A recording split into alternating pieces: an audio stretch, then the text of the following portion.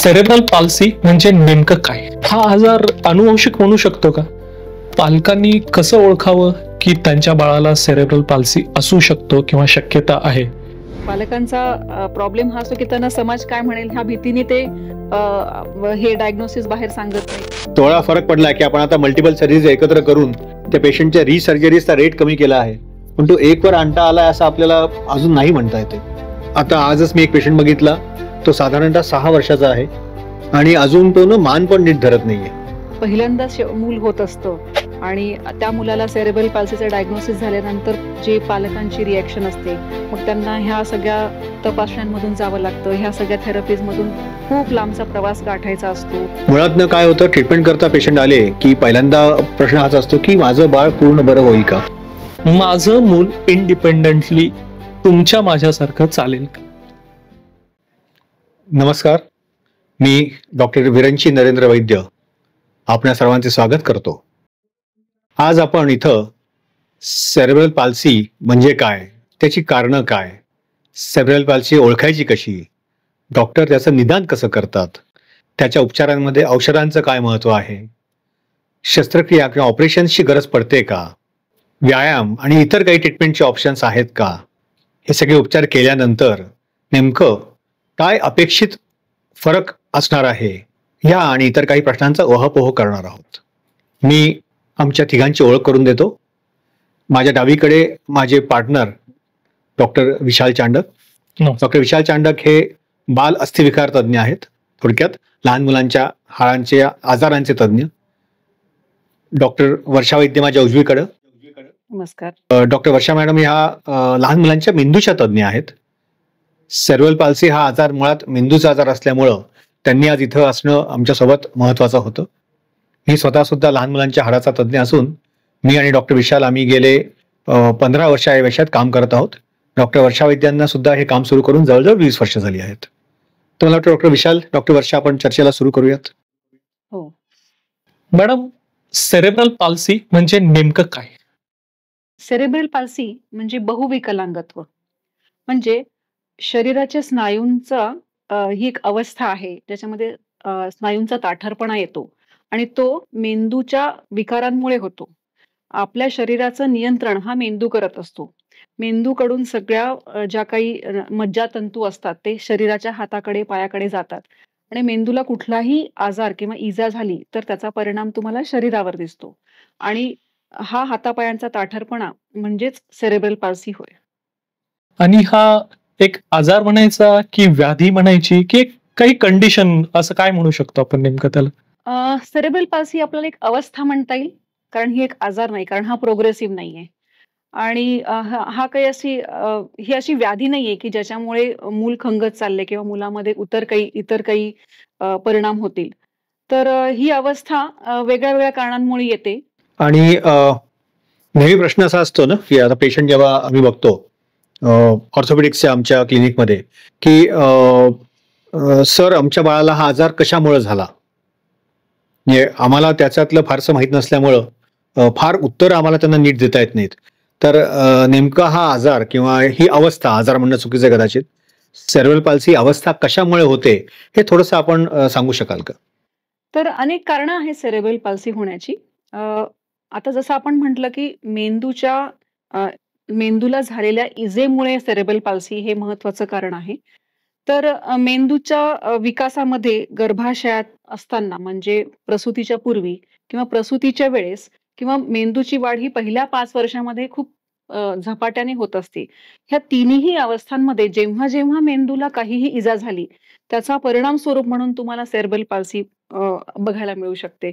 उदाहरणार्थ, जर बाळ प्रीमॅच्युअर जन्मलं, त्याचं वजन खूपच कमी असेल, त्याची मेंदूची वाढ ही अपूर्ण असते, बाळ जन्मताना जर रडलं नाही तर बाळाच्या मेंदूला ऑक्सिजन मिळत नाही, बाळाच्या मेंदूला जर साखरेचं प्रमाण जर कमी झालं तर त्याच्यामुळे सुद्धा मेंदूला इजा होऊ शकते. नवजात शिशूला जंतू संसर्ग झाला NICU मध्ये तर त्याच्यामुळे सुद्धा सेरेब्रल पाल्सी होऊ शकते. पहिल्या 5 वर्षाच्या महत्वाच्या वाढीच्या टप्प्यामध्ये जर एखादं मूल पडलं तर त्याच्या मेंदूमध्ये जो रक्तस्राव होतो त्याच्यामुळे मेंदूला जे काही वेगळ्या वेगळ्या भागांना इजा होते त्याच्यामुळे सुद्धा सेरेब्रल पाल्सी होऊ शकते. तर अशी अनेक कारणे आहेत त्याच्यामुळे सेरेब्रल पाल्सी होऊ शकते आणि काही जनुकीय आजार सुद्धा आहेत. त्याच्यामध्ये मेंदूची जडणघडण ही चुकीची होऊ शकते. जी आईच्या पोटात असतानाच मेंदूची वाढ होत असताना आपल्याला दिसते. तर ह्याच्यामुळे सुद्धा सेरेब्रल पाल्सी होऊ शकते. हा आजार अनुवंशिक म्हणू शकतो का? पहिल्या बाळाला जर आजार झालाय माझ्या, तर पुढच्या बाळाला हा आजार होण्याची शक्यता 100% अनुवंशिक नाही. कारण अनुवंशिक म्हणजे पिढीजात येणारा आजार आणि जनुकीय म्हणजे तुमच्या जेनेटिक स्ट्रक्चरमध्ये होणारा प्रॉब्लेम. तर जनुकीय आजार आणि अनुवंशिक आजार हे 2 वेगळे-वेगळे आहेत. तर प्रत्येक अनुवंशिक आजारामध्ये प्रत्येक मुलाला सेरेब्रल पाल्सी होईलच असं नाही. परंतु बाळ जेव्हा पोटात गर्भधारणा होते, त्यावेळेस जर तुमचे जनुकीय मटेरियल जे आहे, जेनेटिक मटेरियल त्याच्यामध्ये जर काही चुकीचं अ, अ, गर्भधारणाच्या वेळेस त्यावेळेस जर काही प्रॉब्लेम झाला, तर जनुकीय आजार हे उद्भवू शकतात. आणि हा आजार किती कॉमन आहे? म्हणजे कुणामध्ये जास्त दिसतो? त्याचे असे काही पर्टिक्युलर एक ग्रुप आहे त्याच्यामध्ये जास्त दिसेल आणि किती बाळांमध्ये हा आजार दिसून येतो साधारणतः आपल्या समाजामध्ये? जगभरामध्ये सेरेब्रल पाल्सीचं प्रमाण हे वेगळं-वेगळं आहे. साधारणतः भारतामध्ये 2 ते 4 पर हजारी अ, मुलांमध्ये हे सेरेब्रल पाल्सीचं प्रमाण दिसतं. परंतु आपण जर बघितलं, की काही मुलांना जी प्रीमॅच्युअर आहेत, ज्यांचं वजन कमी आहे किंवा ज्या मुलांना ऑक्सिजन कमी मिळालेला आहे, ज्यांना नवजात शिशु विभागात NICUमध्ये ठेवावं लागतंय, अशा मुलांमध्ये जर तुम्ही बघितलं तर सेरेब्रल पाल्सीचं हे प्रमाण नक्कीच जास्त आहे. कारण त्यांच्या मेंदूला कुठल्या ना कुठल्या स्वरूपाची इजा त्या दरम्यान झालेली असते. त्याच्यामुळे अशा बाळांमध्ये तुम्ही बघाल तर सेरेब्रल पाल्सी ही जास्त बघायला आपल्याला मिळेल. एक छोटा प्रश्न मला आठवून विचारतो. बरेचदा असं होतं ना, की तुमच्या मुलाला सेरेब्रल पाल्सी आहे असं जेव्हा आपण आईवडिलांना सांगतो, तेव्हा ना पहिला रिफ्लेक्स आईवडिलांचा असा असतो, की नाही पण हा हुशार आहे. म्हणजे बरेचदा त्यांचं असं असतं, की सेरेब्रल पाल्सी म्हणजेच मतिमंदत्व. तर हा जो काही गैरसमज आहे, हा आपण कसा दूर करू शकू किंवा याच्याविषयी काय आपल्याला अजून शास्त्रीय माहिती सोप्या शब्दात सांगता येईल? आपल्या मेंदूमध्ये वेगळ्या-वेगळ्या कारणासाठी वेगळ्या-वेगळ्या प्रकार पार्ट्स दिलेले असतात. जर तुमच्या हालचालीचा जो भाग असतो मेंदूचा, तिथे जर इजा झालेली आहे, तर तुमच्या फक्त हाताच्या आणि पायांच्या हालचालींवर मर्यादा येतात आणि त्याच्यामुळे सेरेब्रल पाल्सी होते. परंतु इतर भाग जर चांगले असतील, जसं ज्याच्यामध्ये बुद्धीचा भाग आहे, विचारांचा भाग आहे, बोलण्याचा भाग आहे, त्या भागामध्ये जर इजा नसेल, तर ते मूल अतिशय हुशार असू शकतं.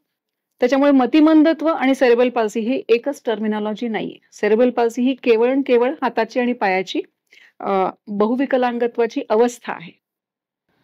पालकांनी कसं ओळखावं की त्यांच्या बाळाला सेरेब्रल पाल्सी असू शकतो किंवा शक्यता आहे? असे काही रेड फ्लॅग्स आहेत किंवा अशा काही कंडिशन्स आहेत जिथे पालकांना आपण त्या गोष्टीकडे लवकरात लवकर लक्ष देण्यासाठी भाग पाडू शकतो? खूपच चांगला प्रश्न आहे. आणि त्यात एक छोटा प्रश्न ऍड करतो. जसं डॉक्टर विशाल म्हणले, की आपण पालकांना कसं ओळखायला सांगायचं आणि हे ओळखणं का महत्वाचं आहे? हं, हं. खूप चांगले प्रश्न आहेत दोन्ही सुद्धा. लहान मूल जेव्हा बाहेर जन्माला येतं, तेव्हा त्याची ही पहिल्या वर्षात 50% मेंदूची वाढ 50% होत असते आणि पहिल्या 5 वर्षात जवळ-जवळ 90 ते 95% होत असते. आता ह्या वाढीचे काही माइलस्टोन्स आहेत. म्हणजे बाळाने मान कधी धरावी, बाळाने कधी बसावं, कधी पालथं व्हावं, कधी रांगावं, कधी चालावं, ह्याचे माइलस्टोनचे 1-1 महिने. उदाहरणार्थ, बाळाने 2 ते 3 महिन्यात मान धरली पाहिजे. बाळ हे 7 ते 8 महिन्यापर्यंत स्वतंत्रपणे बसलं पाहिजे. ह्या माइलस्टोनला जर उशीर होत असेल, तर नक्कीच काहीतरी गडबड आहे. मान मागे करत असेल बाळ, मान धरायच्या ऐवजी म्हणजे मानेच्या स्नायूंचा ताठरपणा आल्यामुळे त्या बाळाला मान मागे करावी लागते आहे. त्याला मी नेक रिट्रॅक्शन असं म्हणतो. बाळाचे हातांचे स्नायू कडक झाल्यामुळे बाळ असं फिस्टिंग करतं, ज्याला आपण कॉर्टिकल थंब असं म्हणतो. हा अंगठा आतमध्ये जाणं ही सगळ्यात महत्वाची साईन आहे, की ज्याच्यामुळे आपण सेरेब्रल पाल्सी आहे असं ओळखू शकतो. बाळाचे पाय क्रॉस म्हणजे त्याला आपण सिझरिंग म्हणतो, की कैचीसारखे पाय होणं, हे सुद्धा महत्वाचं लक्षण आहे, की ज्याच्यामुळे आपण ओळखू शकतो, की ह्या मुलाला नेहमीपेक्षा वेगळी काहीतरी वाढीचा विकासाचा टप्पा गाठण्यास त्रास होतो आहे आणि ह्या मुलाला सेरेब्रल पाल्सीसाठी नक्कीच तपासून पाहावं. आणि हे महत्वाचं काय असं म्हणता तुम्ही? का त्यांनी लगेच ओळखावं? जितक्या लवकर ओळखता येईल. विशेषतः आपण आता जसं बोललो, की ज्या बाळांना नवजात शिशु विभागामध्ये ठेवण्याची गरज पडलेली आहे, त्या मुलांच्या मेंदूला कुठे-कुठे इजा असेल, तर जितक्या लवकर आपण ओळखू, जितक्या लवकर त्याचं निदान होईल, तितका लवकर उपचार होईल आणि सेरेब्रल पाल्सीचं बहुविकलांगत्वाचं प्रमाण हे अतिशय कमी राहील आणि अशी मुलं स्वतंत्रपणेही चालू शकतील.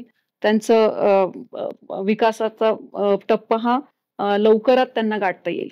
मॅडम, याचा अर्थ आम्ही असा घ्यावा का, की म्हणजे एखाद्याचं बाळ मान उशिरा पकडत असेल किंवा हालचाली मंद असतील किंवा त्याच्या हाताचा अंगठा नेहमीच असा आत असत असेल किंवा मानेमध्ये ताठरपणा असत असेल, तर त्या बाळाला सेरेब्रल पाल्सी आहे किंवा असू शकते, म्हणून आपण लवकरात लवकर डॉक्टरला दाखवावं असं आहे. अगदी असंच आहे. मला हे पालकांना आणि सगळ्यांना आवर्जून सांगावंसं वाटतं, की सेरेब्रल पाल्सी म्हणजेच बहुविकलांगत्व हे वेगळ्या जाती धर्मांमध्ये किंवा विशिष्ट आर्थिक आणि सामाजिक गटांमध्ये असतं आणि कुठं नसतं असं नाही आहे. ते सगळ्याच सोशो इकॉनॉमिक स्टॅटामध्ये इक्वली कॉमन आहे. सेरेब्रल पाल्सी पूर्णपणे नीट करता येतो की त्याला अजून काही मार्ग आहेत की ज्याच्यामध्ये त्याच्यामध्ये सुधारणा करता येते? मला वाटतं खूप महत्वाचा प्रश्न आहे. आपण हा प्रश्न नेहमीच ऐकतो नाही का? मुळातनं काय होतं, ट्रीटमेंट करता पेशंट आले की पहिल्यांदा प्रश्न हाच असतो की माझं बाळ पूर्ण बरं होईल का? तर मला वाटतं आपण हे सगळं सांगतोच, पण आज आपण परत या निमित्ताने बोलूयात हे की सेरेब्रल पाल्सी हा आजार पूर्णतः बरा होत नसतो. सेरेब्रल पाल्सी या आजारामध्ये ते मूल आज ज्या टप्प्यावर आहे त्याच्या पुढच्या टप्प्यावर घेऊन जाण्याकरताचा सगळा प्रवास आहे आणि हा प्रवास आपल्या सगळ्यांना मिळून करायचा असतो. म्हणजे त्यात असं नाही की ते बाळ आणि त्याचे आई वडीलच फक्त आहेत. ते बाळ, आई वडील, तुम्ही, मी, डॉक्टर वर्षा, आपल्याकडे असलेले आपले फिजिओथेरपिस्ट, आपले ऑर्थोटिशियन, या सगळ्यांनी मिळून त्या बाळाला किती स्वावलंबी करता येईल, जास्तीत जास्त स्वावलंबी करता येईल, याच्याकडे असणारा तो एक सततचा प्रवास आहे. कधीच हे बाळ पूर्ण बरं झालं असं कोणीच डॉक्टर कधी म्हणू शकणार नाही, कारण जन्माच्या वेळेला किंवा जन्माच्या आधी नंतर आपण जसं मग कारण म्हणलात, ते कारण आपण काही बदलू शकत नाही, आपण जाऊन भूतकाळ बदलू शकत नाही. त्यामुळे तो आजार किंवा तो आजारच नाही, ती अवस्था आहे, त्यामुळे ती बरी होणार नसून त्याच्यामध्ये फक्त आपल्याला सुधारणा दिसणार आहे आणि ह्याचा स्वीकार आई वडील जेवढं लवकर करतील, मला असं वाटतं तेवढे उपचार चांगल्या पद्धतीने होतात. म्हणून कधी कधी मी नेहमी म्हणतो की ही ना स्वावलंबाकडे घेऊन जाणारी एक शिडी आहे. अगदी आणि बाळ ज्या पायरीवरती आहे त्या पायरीवरतून एक पायरी जर आपण वर घेऊन जाऊ शकलो त्या बाळामध्ये, तर त्या बाळाच्या आयुष्यात आणि पालकांच्या आयुष्यात तो खूप मोठा बदल आहे. आणि पालकांनी तो बदल स्वीकारायला तितकंच तयार राहणं गरजेचं आहे, जेणेकरून त्या पायऱ्या आपण जास्त वेगाने पुढे जाऊ शकतो आणि बाळामध्ये बऱ्यापैकी बदल घडून आणता येऊ शकतात. अगदी खरं आहे. आणि त्या पालकांनी इतर बाळांशी आपल्या बाळाला कम्पेअर करणं किंवा तुलना करणं चुकीचं आहे. आपलं बाळ काल कसं होतं आणि आज कसं आहे याचाच फक्त विचार करावा. त्या बाळाला सेरेब्रल पाल्सी आहे पण ते आता चालायला लागलंय, माझं बाळ अजून बसत पण नाहीये, हे अशा कम्पॅरिझन मधनं किंवा अशा तुलनेमधून बरेचदा नैराश्य येतं आणि योग्य प्रकारे चालू असलेले उपचार सुद्धा कधी कधी बंद पडताना दिसतात. तुम्ही म्हणतात अगदी योग्य आहे, आपलं बाळ आणि आपली शिडी एवढंच फक्त आई वडिलांनी बघायला हवं, बाकी फार काही इतर गोष्टींकडे बघू नये. म्हणजे ते मान्य. जितका तुमचा आमचा रोल आहे तितकाच पालकांचा ऍटिट्यूड पण महत्वाचा आहे अगदी. बाळाला अधिक चांगलं बनवण्याकडे. आणि आपण जसं मग म्हणलं तसं स्वीकार त्यातला फार महत्वाचा आहे. तो स्वीकार नसला तर मग बरेचदा ना आता ते विषयाला सोडून आहे पण एका वाक्यात ते मी पूर्ण करतो की बरेचदा ना इतर उपचार घेण्यामध्ये खूप महत्वाचा कालावधी आई वडील वाया घालवतात, जो की मेंदूच्या वाढीचा अतिशय महत्वाचा गोल्डन पिरियड. एक्झॅक्टली. आपण मगाच असं म्हणलात, पहिल्या 5 वर्षांचा जो कालावधी आहे तो इतर अर्धवट उपचार घेण्यामध्ये जो वाया जातो तो परत भरून येऊ शकत नाही. आपण बरेचदा बघतो मॅडम की खेड्यामध्ये ना खूप लोकांचं ह्याच्याकडे एक रिलक्टन्स असतो. घरातले कोणीतरी मोठे व्यक्ती म्हणतात की काही बाळ उशिरा वाढतात, अगदी अगदी अगदी दुर्लक्ष करा, वाढ होईल, आणि ते आपल्याकडे पोहोचेपर्यंत बराच महत्वाचा वेळ निघून गेलेला असतो. तर महत्वाचं हे इतकंच आहे की योग्य वेळी आपण जर त्याच्यामध्ये इंटरव्हेन करू शकलो तर आयुष्यात खूप काही बदल घडू शकतात. नक्कीच नक्कीच. जेवढ्या लवकर उपचार सुरू होऊ शकतील तेवढं त्या बाळामध्ये त्यांनी सक्षम होण्याची शक्यता वाढते. बरोबर. अगदी. या आजाराविषयी आपण आता बोलतो आहोतच. आपण आई वडिलांना समजून घेण्याच्या काही ज्या आपण म्हणतो ना रेड फ्लॅग्स सांगितले की कसं ओळखावं. पण मग अशी शंका घेऊन जर बाळ आपल्याकडे आलं तर त्याचं निदान तुम्ही कसं करता की त्याला ती अवस्था किंवा तो सेरेब्रल पाल्सी ग्रस्त आहे किंवा नाही हे आपण कसं ठरवता? खूप छान प्रश्न आहे. मेंदूच्या विकासाचे टप्पे आपण हिस्ट्रीमध्ये बघतो. व्यवस्थित बाळाला तपासणी आपण करतो, की कुठे-कुठे स्नायूंमध्ये ताठरपणा आहे. अ, दोन्ही पायांमध्ये, दोन्ही हातांमध्ये आहे का फक्त दोन्ही पायांमध्ये आहे?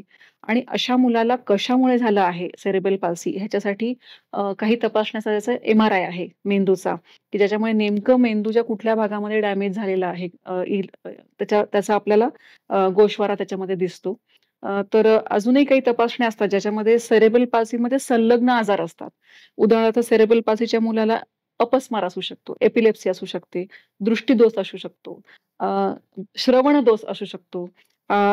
अजून हायपर ॲक्टिव्हिटी, ऑटिझम असे अनेक आजार त्याच्यासोबत संलग्न असू शकतात. तर ह्या सगळ्या आजारांना तपासण्यासाठी वेगळ्या-वेगळ्या निदानच्या चाचण्या उपलब्ध आहेत. त्या आपण त्यांना सांगतो. मॅडम, सेरेब्रल पाल्सीच्या बाळांना काय-काय उपचार उपलब्ध आहेत? कुठल्या-कुठल्या पद्धतींचा अवलंब केला पाहिजे आणि कुठल्या टप्प्याला कुठला उपचार योग्य राहील याच्यावर आपण थोडी चर्चा करूया.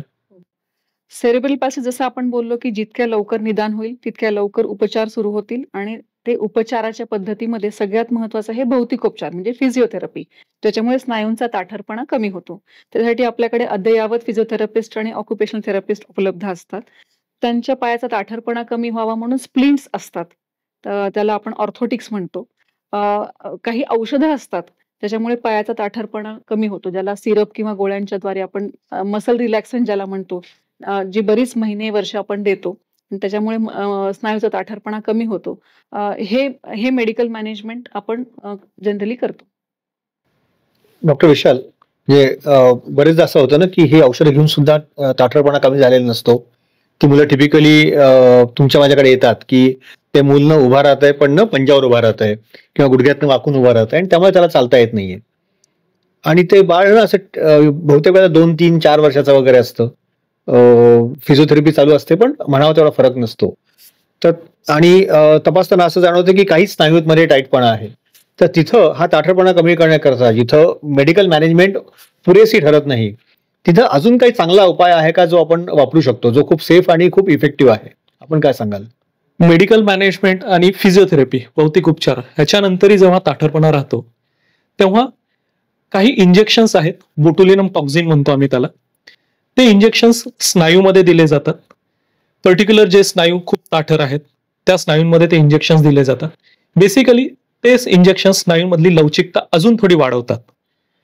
आजारामध्ये काय होतं, की मेंदूकडून स्नायूंकडे येणारे सिग्नल्स डिस्टर्ब आहेत आणि ते इंजेक्शन्स त्या सिग्नलला स्ट्रीमलाईन करतायत किंवा त्या सिग्नलला अडवून ठेवतायत जे नकोशे आहेत. करेक्ट. आणि त्याच्यामुळे स्नायूमधला ताठरपणा कमी होतो आणि त्याद्वारे आपण त्या बाळाला थोडंसं स्नायू मध्ये हालचाल आणणे, लवचिकता वाढवणे आणि ते पाय टेकवायला मदत होणे किंवा जेव्हा क्रॉस होतात पाय, ते पाय क्रॉस होणारे थांबवणे, हे प्रकार करू शकतो.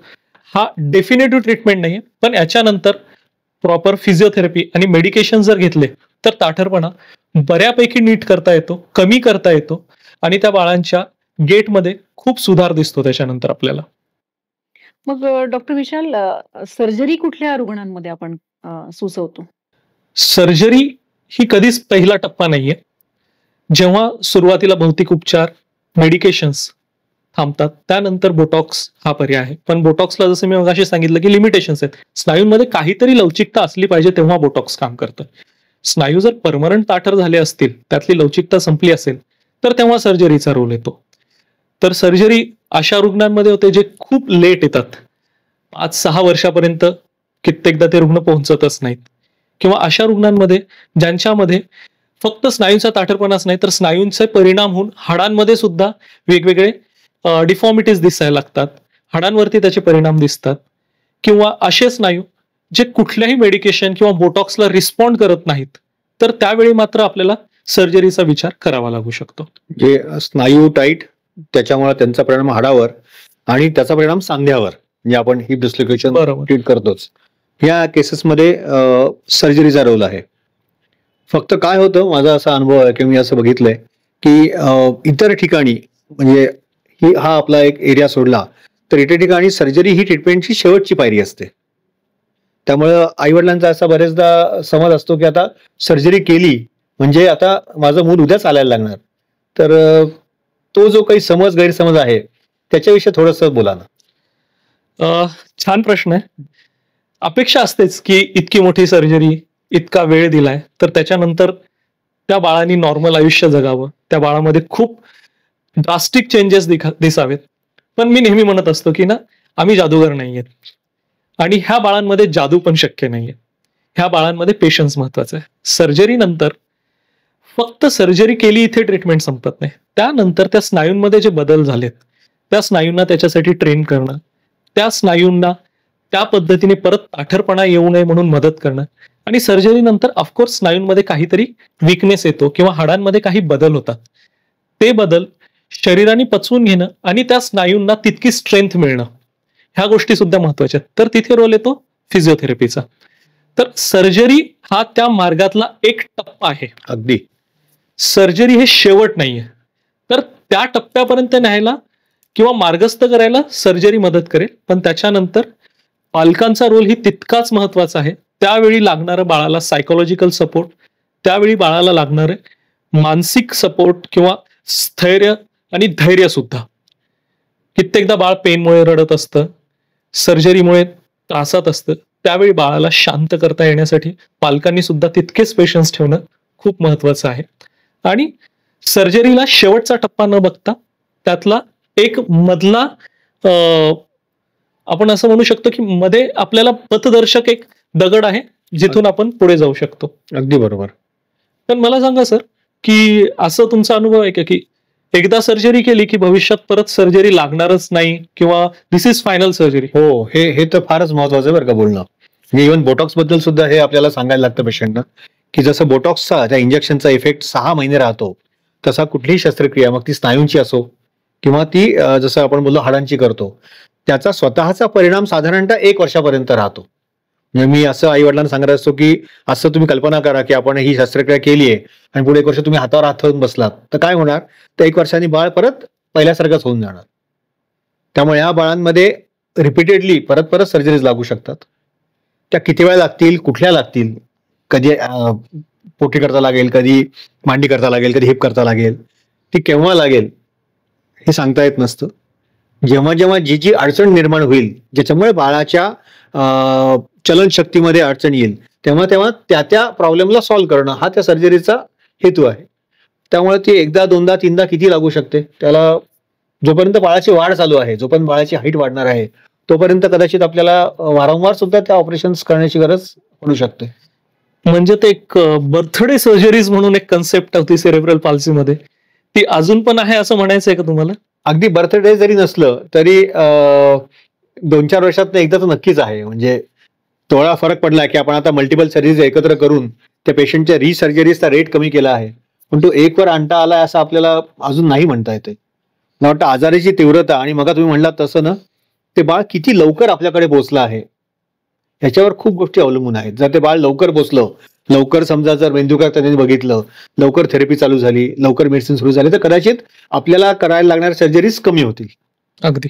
दुर्दैवाने उशिरा पोहोचलं तर मग ते सर्जरीचा नंबर वाढणार. डॉक्टर विशाल, मला असा प्रश्न विचारायचा की ह्या काही ज्या शस्त्रक्रिया आहेत, ज्या लहान मुलांमध्ये स्नायूच्या आणि हाडांच्या होतात, बरेच दुसरे सर्जनही करू शकतात. मग पेडियाट्रिक ऑर्थोपेडिक सर्जरी करणं आणि त्यांचा अनस्थेटिस्ट चा काय वेगळा रोल आहे, असं मला तुम्हाला विचारायचं की ही काही विशेष मुलं आहेत का, ह्यांना काही विशेष काळजी घ्यावी लागते का? अगदी. ह्या मुलांना ना फक्त डिलेड डेव्हलपमेंट किंवा चालण्यातले चलनशक्तीतले प्रॉब्लेम्स हेच आजार नसतात, तर कित्येकदा ह्याच्यासोबत सीझर डिसऑर्डर्स असतात, कन्व्हल्जन्स असतात, झटके येत असतात, अपस्माराचे झटके येत असतात, किंवा त्यांच्या स्नायूंचे बिहेवियर हे वेगळ्या पद्धतीने असतं. तर सगळ्यात आधी तर टप्पा सर्जरीच्या आधी येतो की ते भूल देण्याला कितपत सक्षम आहेत. तर ह्या मुलांना भूल देण्यासाठी अतिशय ट्रेंड अनस्थेटिस्ट लागतात, ज्यांना न्यूरोलॉजिकली डिसेबल्ड किड्समध्ये किंवा न्यूरोलॉजिकली प्रॉब्लेमॅटिक रुग्णांमध्ये काय अॅनेस्थेशिया द्यायचंय, किती अॅनेस्थेशिया द्यायचंय हे फार महत्वाचं आहे. कधी त्यांना जनरल अॅनेस्थेशिया द्यायचा आहे, कधी त्यांना रिजनल अॅनेस्थेशिया द्यायचा आहे. Anaesthesia itself is a cause for convulsions. आम्ही जे भूल द्यायला कित्येकदा औषधं वापरतो त्याच्यामुळे सुद्धा झटके येऊ शकतात. तर त्या औषधांचं प्रमाण कधी, किती आणि कुठे असावं हे सुद्धा ठरवणं तेवढंच महत्वाचं आहे जेव्हा आपण अॅनेस्थेशियाबद्दल बोलतो. आणि सर्जरी का पिडियाट्रिक ऑर्थोपेडिक सर्जन कडून करावी? ऑर्थोपेडिक सर्जन आणि पिडियाट्रिक ऑर्थोपेडिक सर्जन मध्ये ना फरक तिथेच येतो की ऑर्थोपेडिक सर्जन हा ज्यावेळी वाढ थांबलीये तिथे ट्रीटमेंट करायला सुरू करतो. त्याच्यामुळे हाडांमध्ये खूप काही बदल अपेक्षित नाही आहेत भविष्यात, कारण एक पर्टिक्युलर वेळानंतर एकदा बाळ वाढलं, मूल वाढलं की हाडांमध्ये खूप बदल अपेक्षित नाहीत. पण आम्ही जेव्हा हे मुलं ट्रीट करतो त्यांच्या वाढीचा काळ खूप मोठा असतो. 5व्या वर्षीपासून 7व्या वर्षीपासून मुलांना ट्रीटमेंट करणं आणि बाळ 17-18 वर्षापर्यंत वाढतंय. तर तुम्हाला पुढचे भविष्यातले ह्याचे फायदे आणि तोटे विचारात घ्यावे लागतात. भविष्यात येणारे प्रॉब्लेम सुद्धा विचारात घ्यावे लागतात. आज जर मी ठरवलं की एक स्नायू आज मला खूप ताठर वाटतोय, तो स्नायू लांबवायचा आहे आणि मी त्याला सहज लांबून दिलं, पण जेव्हा त्या स्नायूची ताकद कमी होईल त्याचं काय, आणि परत तोच जर स्नायू ताठर झाला तर मी किती वेळा त्या स्नायूला लांबवेल. शेवटी एक रबरला ओढण्याला सुद्धा मर्यादा आहे. एक मर्यादेच्या पुढे तो रबर तुटतो आणि हा तर स्नायू आहे. तर पुढचं भविष्य फोरकास्ट करत किंवा भविष्यातले येणारे प्रॉब्लेम्स अँटिसिपेट करत त्यावेळी लागणारे दृष्टिकोन आत्ताच आत्मसात करत ट्रीटमेंट करणं, सर्जरी करणं, ह्यासाठी पिडियाट्रिक ऑर्थोपेडिक सर्जनचा रोल महत्वाचा म्हणजे आहे. असं म्हणू शकतो का की जेव्हापासून सेरेब्रल पाल्सी बाळामध्ये यायला लागते तेव्हापासून ते बाळ अडल्ट होईपर्यंत तुम्ही त्यांच्या सांगाती आहात, सोबत आहात? अगदी. तुम्ही आम्ही सगळेच आपण नाही हा, का? फक्त असं नाही म्हणणार की ऑर्थोपेडिक सर्जन किंवा न्यूरोलॉजिस्ट. सेरेब्रल पाल्सी हा असा आजार आहे, तुम्ही सांगितलं की बहुविकलांगत्व आहे त्याच्यामध्ये, तर त्याच्यामध्ये सर्व टीमनी एकत्र जर काम केलं तरच खूप चांगले रिझल्ट येतात आणि त्याच्याने आयुष्यमानावरती सुद्धा खूप मोठा परिणाम पडतो. म्हणून सुरुवात होते ती न्यूरोलॉजिस्टच्या डायग्नोसिस पासून, physiotherapist, occupational therapist, speech therapist, early interventional थेरपिस्टच्या इंटरव्हेन्शन पासून. आणि आमचा रोल त्याच्यामध्ये फक्त एक असिस्टिव्ह रोल आहे जो ऑर्थोपेडिक सर्जन आम्ही करतो, की आहे त्याला आम्ही तुम्हाला अजून थोडंसं चांगलं करून देऊ. अगदी खरं. आणि शेवट जिथे येऊन हे थांबतं ते आहे परिवार आणि पालकांचा रोल. त्यांची साथ असल्याशिवाय कुठेच पुढे जाऊ शकत नाही आपण. म्हणजे असं काही म्हणू शकतो का की आपण ह्या एवढ्या प्रवासामध्ये जेव्हा पहिल्यांदा मूल होत असतं आणि त्या मुलाला सेरेब्रल पाल्सीचं डायग्नोसिस झाल्यानंतर जे पालकांची रिॲक्शन असते, मग त्यांना ह्या सगळ्या तपासण्यांमधून जावं लागतं, ह्या सगळ्या थेरपीजमधून खूप लांबचा प्रवास गाठायचा असतो, कधी कधी शस्त्रक्रियांना भरमसाठ पैसाही लागतो, त्या मनाने त्यांना त्यांच्या मुलामध्ये प्रगती जी दिसत नाही, अशा वेळेस मुलांचं जेव्हा पालकांचं जेव्हा मनोधैर्य खचतं त्यावेळेस मला वाटतं आपला सगळ्यांचाच रोल आहे आणि आपण सगळ्यांनी टीम म्हणून त्यांना उभारी देण्याचं काम करायचं असतं. आणि अशा वेळेस खचून न जाता मला सगळ्या पालकांना सांगावंसं वाटतं की तुमच्यामध्ये काय हवं ते सातत्य, धीर, म्हणजे सातत्य फिजिओथेरपीचा, ट्रीटमेंटचा, धीर, कुठेही तुमचा धीर सुटू नये, आणि विश्वास, विश्वास डॉक्टरांवरचा, विश्वास समाजावरचा, आणि विश्वास की तुमचं मूल कधी ना कधी एक पाऊल पुढे जाऊन तुम्हाला आनंद देणार आहे आणि ह्या मार्गावर तुमचं आयुष्य थोडं सुकर होणार आहे. सर, सर्जरीज बद्दल बोललो आपण, फिजिओथेरपी बद्दल बोललो, पण ना अजून मला गाभा आहे माझा प्रश्नाचं, त्याचं उत्तर नाही मिळालं. माझं मूल इंडिपेंडेंटली तुमच्या माझ्यासारखं चालेल का?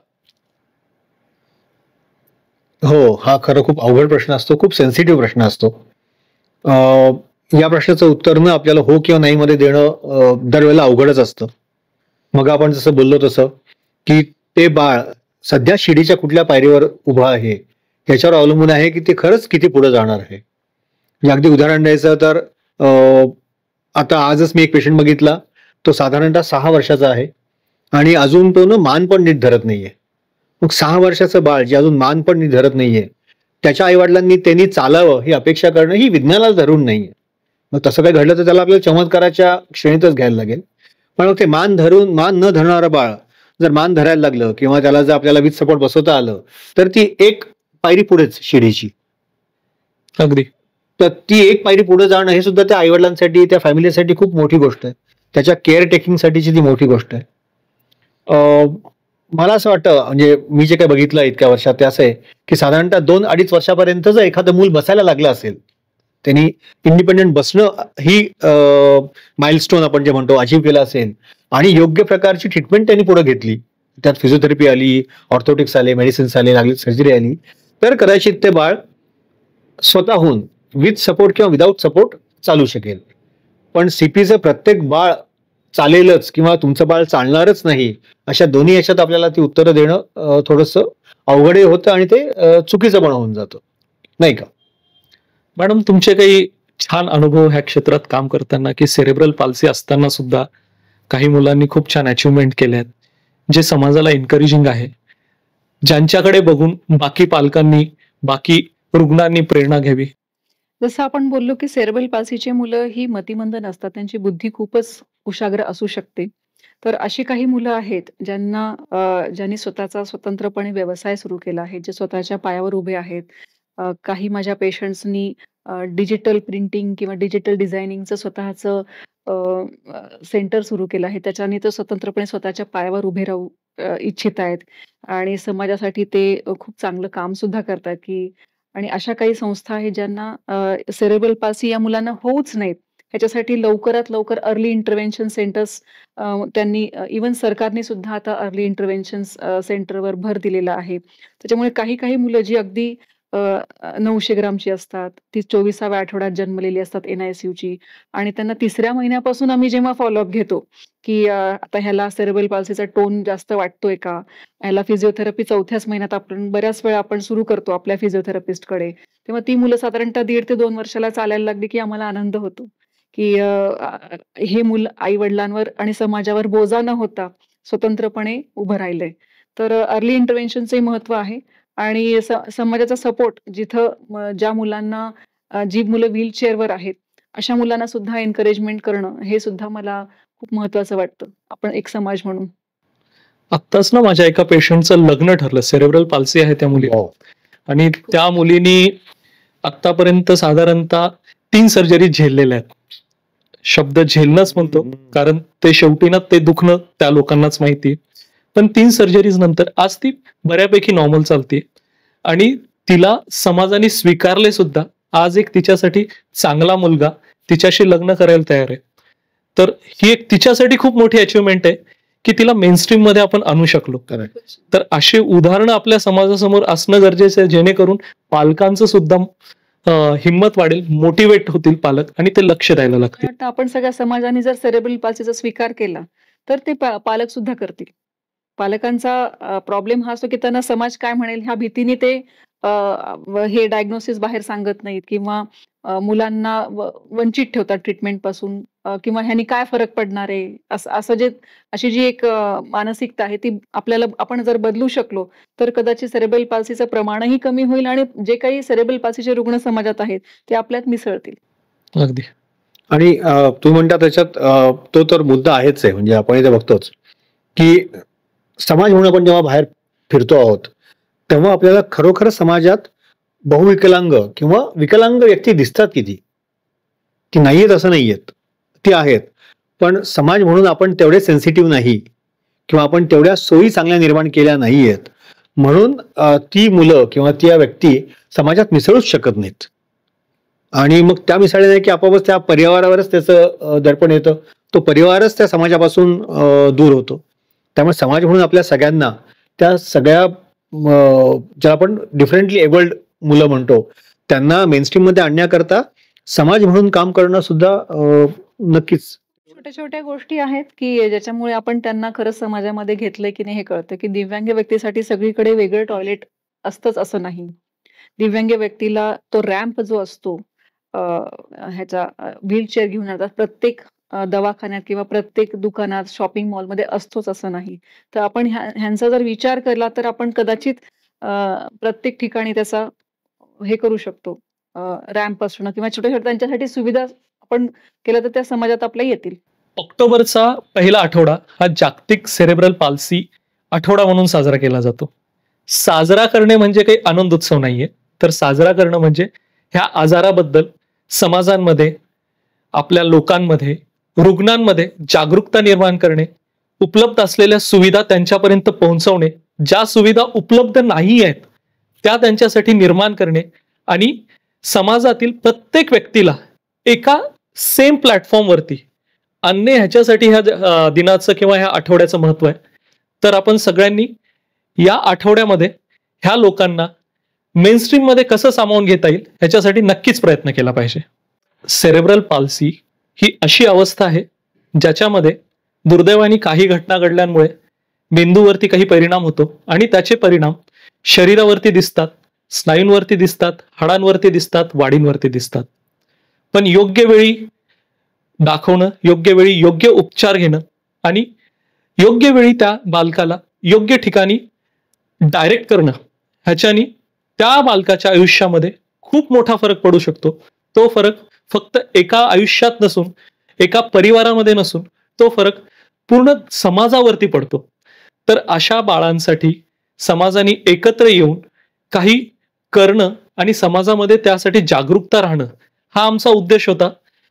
आणि त्या अनुषंगाने जे काही आमच्याकडे प्रश्न आले होते, जे काही सर्वसाधारण विचारले जाणारे प्रश्न होते, तर त्या प्रश्नांची काही उत्तर मिळवण्याची, त्या कोड्यांची उलगडण्याची आम्ही इथे प्रयत्न केलेला आहे.